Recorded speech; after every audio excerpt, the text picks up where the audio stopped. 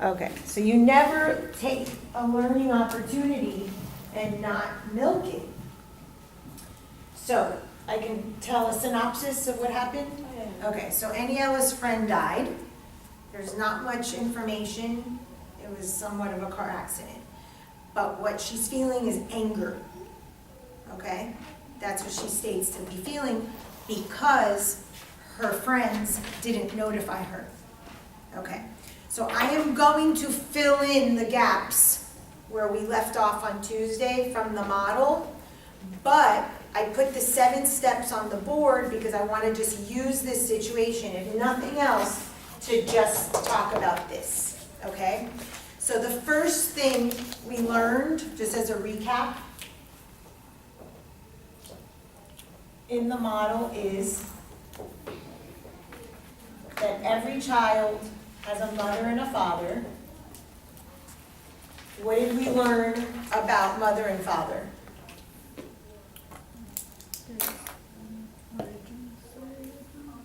Before origin story. The sperm. No, so the rules of the theory. Of person, place, time, and situation. Okay, so every person, place, thing, or such situation equals parents. So you see that that's number 1 here, the steps, but these are just sort of the tenets. We also learned what about love? There's no unconditional Right. love. Your parents could not love you unconditionally. What about needs? You're trying to fulfill their needs. Your purpose was Not to your fulfill needs. your parents' needs. And then what happened to your needs? They're fucked. Can I answer if they don't? Yes, of course. Your needs were not met, people. Your needs were not met. And where do you go throughout life to try to get your needs met? Which is what's causing the problem in your life. If your parents didn't meet your needs, and every single person, place, thing, or situation is your parents, I need you to understand that link, because I'm seeing some blank faces. The reason that every single person, place, thing, or situation is your parents is because you're trying in every situation to get what? Exactly. Your needs met. And so you create a situation with mom, even if it's the dog, even if it's her friend, even if it's the owner of the school, that person at that moment becomes your parent. And your little child shows up saying, oh, mom never met my need, this guy is my mom, maybe I can get it met here. There's this kid's book called Are You My Mother? And I think it's this bear, and he keeps going to all these different animals. What was that? Oh, yeah. The little bird. And he's like, are you my mother? Are you my mother? Are you my mother? That's like this. Are you my mother? Are you going to finally meet my needs? Are you my dad? Are you finally going to meet my needs? Are you finally going to love me unconditionally? That's what we're doing through life. That's what creates problems. Because nobody can meet your needs or love you unconditionally except yourself. Okay, so your needs were not met. Therefore, you go through life trying to get your needs met.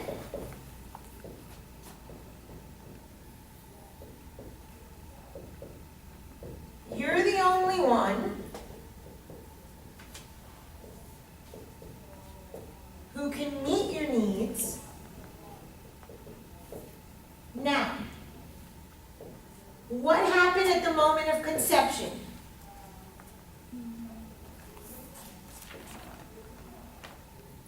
The story is created.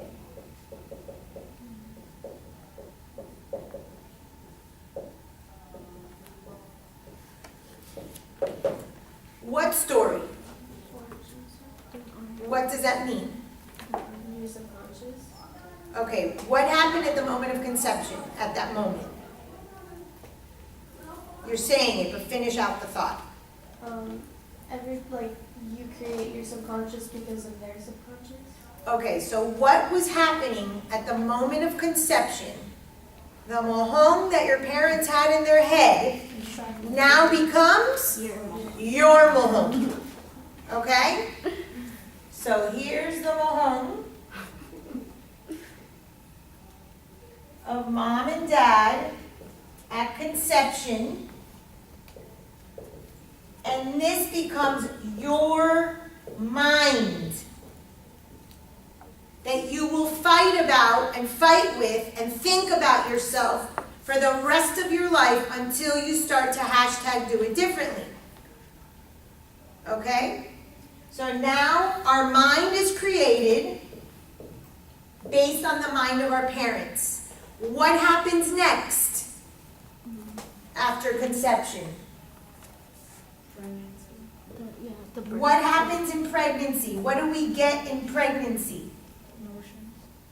Emotions and the way that what? We think. The way we think about or the way we want to be loved. This is where we learn how we deserve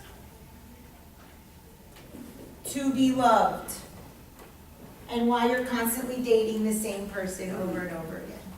Okay? Then what happens? Birth. And what happens during the birthing process? Is it something about the womb? You lose your first home. Okay, you lose your first home. There's a transition from the womb home to your wherever you end up, at a halfway house, a street, or a cute little apartment in Coral Gables, whatever. But what happens during the birthing process? The pain of the mother and the child coming out, Okay, so yes, there's pain, and I read about the Groff stages. But in a summary of my model, what did I say that happens? The way you birth is what? What does that become? How you deal with transitions, and yes, how you learn to live in life through your transitions. So now you've learned that this is the way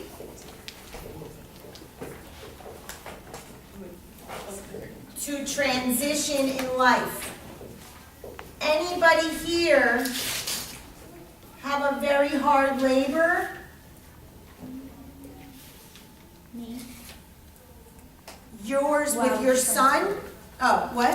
I was transported. My umbilical cord was wrapped around my neck. Okay, transported to the hospital, umbilical cord around her neck, suffocating herself, maybe turning blue. Ambulances, lights, dee, dee, dee. Chaos, crisis, oh my God. That is going to translate to Tanisha creating similar situations of that type of crisis when she transitions. And may I ask when you are graduating? Oh, November. November. And are you in a mini state of crisis about what's next? Yes. Yes. Because now, as she gets closer to November, her due date, the umbilical cord gets tighter and tighter and tighter.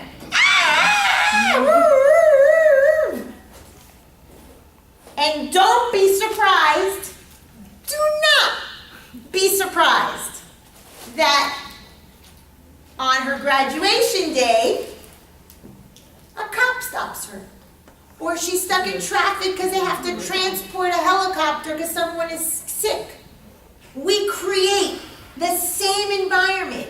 Zulily was in her mother's womb. Her aunt had an epileptic seizure. And because of that, Zulily was born. And the other day we celebrated her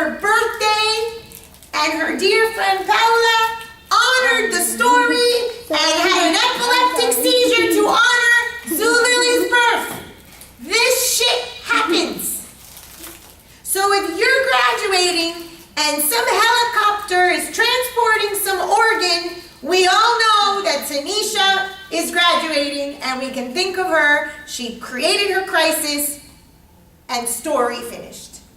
We don't have to live it out to the T, but we will grasp elements of the story because they're stored in the subconscious. And the tightening of the noose of the umbilical cord must be there. That part of the story must be present. I mean, she could even get tangled up in her cute little weave. And her gown get caught up with her hair, and then she's like this. I mean, we create this in different ways, okay? Oh, and that was also here. Let's not forget. We create everything. Okay, so now the way we birthed is the way we learned to transition into stages of life. And then what? What happens after we birthed? 0 to 7, and what did we get in 0 to 7?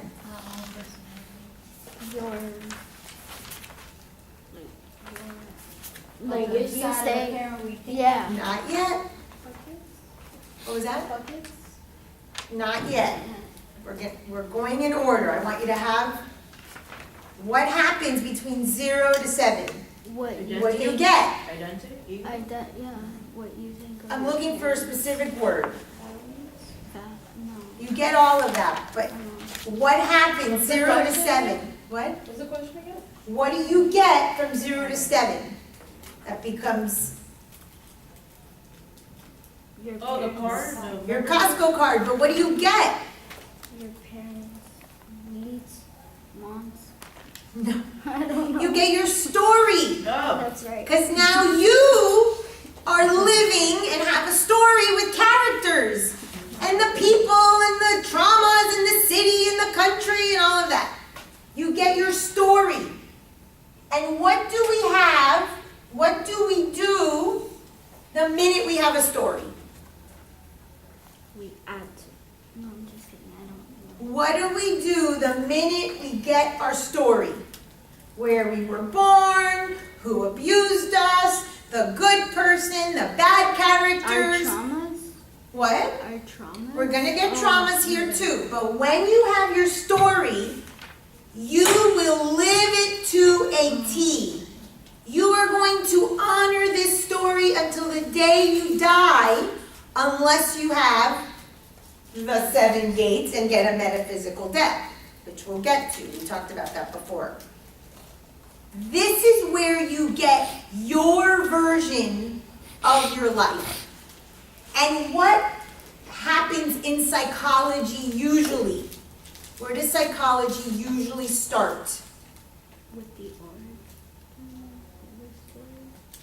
Where do most psychological theories, I started this on Tuesday, where does psychology in regular theories usually start? Childhood 0 to 7. They don't look at all the stuff before, for the most part.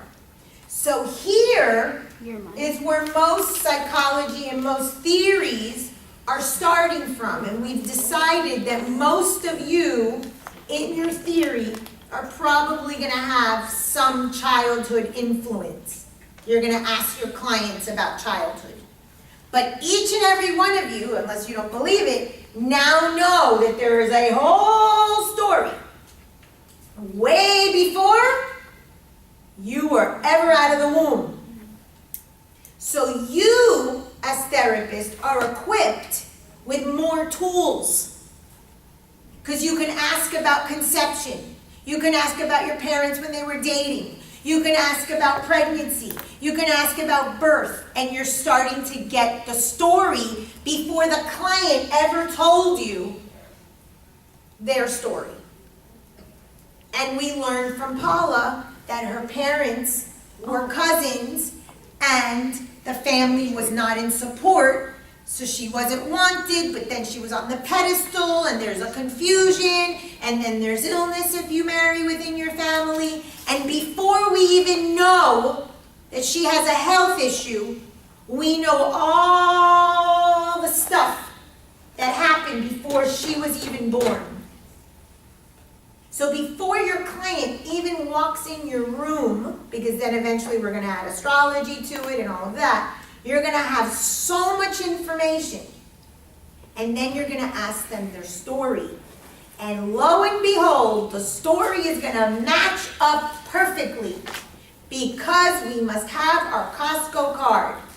You must belong to the family dynamics that you were born into, because what did you get when you were born that you must honor? Your name. What was that? The name.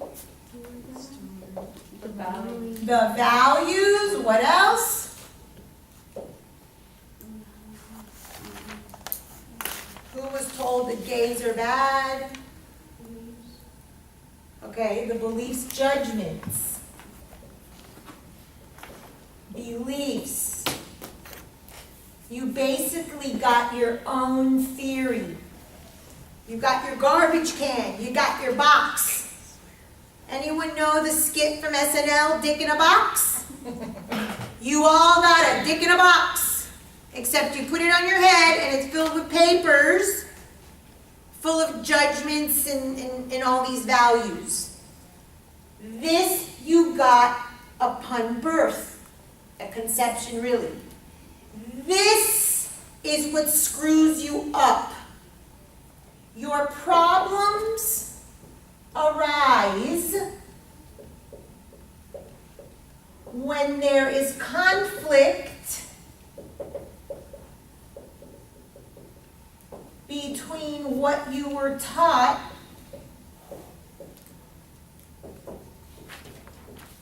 to believe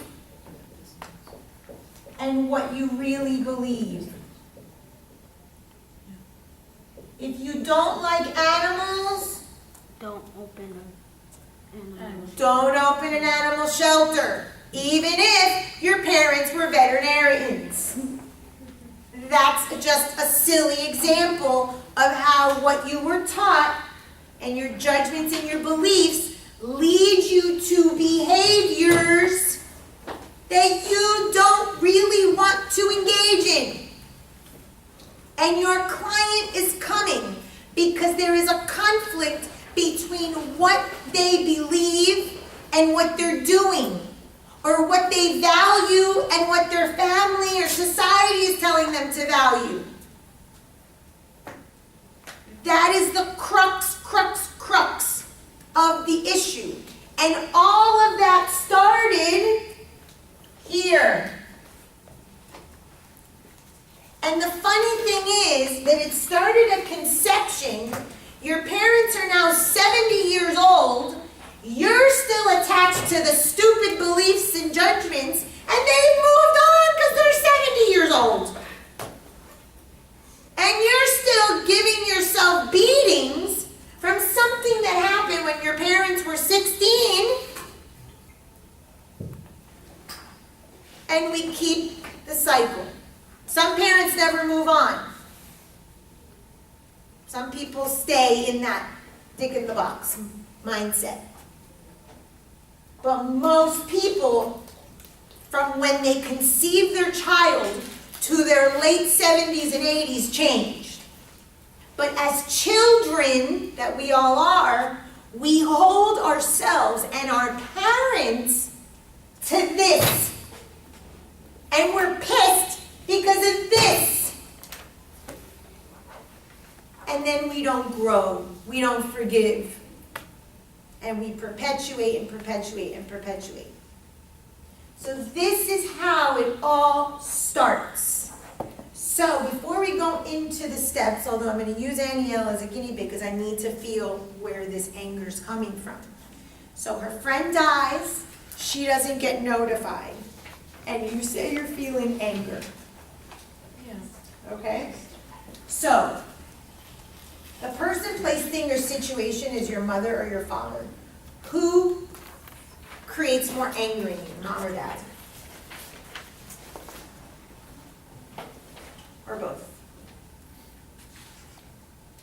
Both, okay. The purpose of step one, and we're going to do this over and over and over again. The purpose of step one, when you ask a client, for instance, oh, this coffee is so cold, it's horrible, something insignificant, remember, from 1 to 10, this is a big thing. This is affecting her. This could be a 7 or an 8 in her life. This is giving her an emotional reaction. A cold cup of coffee, not a big deal, it's just a discomfort. And you ask your client, so is that cold cup of coffee your mother or your father? The reason that I ask this question, it doesn't really matter at the end of the day. It is so that the person can understand. You remember transactional analysis? That I said every transaction is an analysis and it's an adult, or it's an adult child. Do you guys remember that theory? Wait.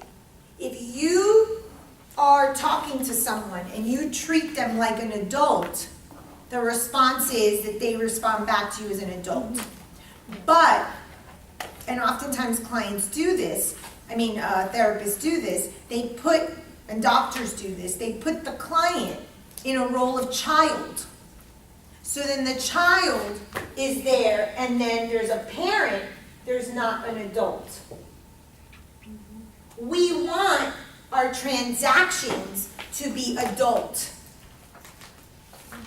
We want to respect the person as an adult. Now, obviously, she has a 2-year-old. Yes. Okay, she is not going to make the 2-year-old an adult. She is going to be parent, the child's going to be child. That is the appropriate transaction. But it is not the appropriate transaction for Mr. Pachi and I to be parents and you guys be children. We're adults, we treat you as adults. Okay? So we have to have the appropriate transaction. Remember, transactional analysis. Okay? Before you continue the question, Yes. why did you just ask her which parent make her angry? Okay, I'm getting to that. Perfect question. I just wanted to clarify about the transactional analysis. When I created my theory, I said, what can we all agree on? We don't necessarily agree on conception, pregnancy, and origin story, and birth, and all that.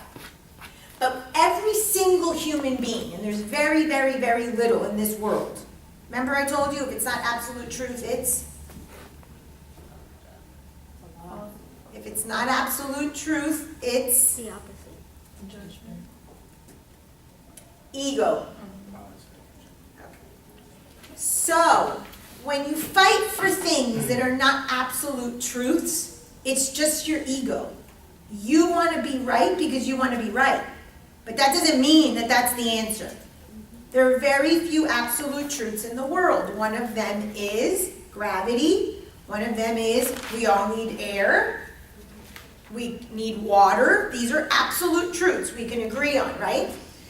One absolute truth that everyone can agree on, and I found this to be an important thing to start my theory, is that every single human being has a mother or a father. An egg and a sperm. I don't care if it's in a box, if it's in a petri dish, or if you met the people. It doesn't matter if they died, if they adopted you, it doesn't matter. You were comprised of an egg and a sperm. So I wanted to start my theory with something that was valid, okay? Remember, it's like any other theory in science. You're trying to find hypotheses that work. You came up with a hypothesis, and all you're trying to do is prove it. And like I said the other day, every theory has loopholes. Mine does too. Few, but they're there.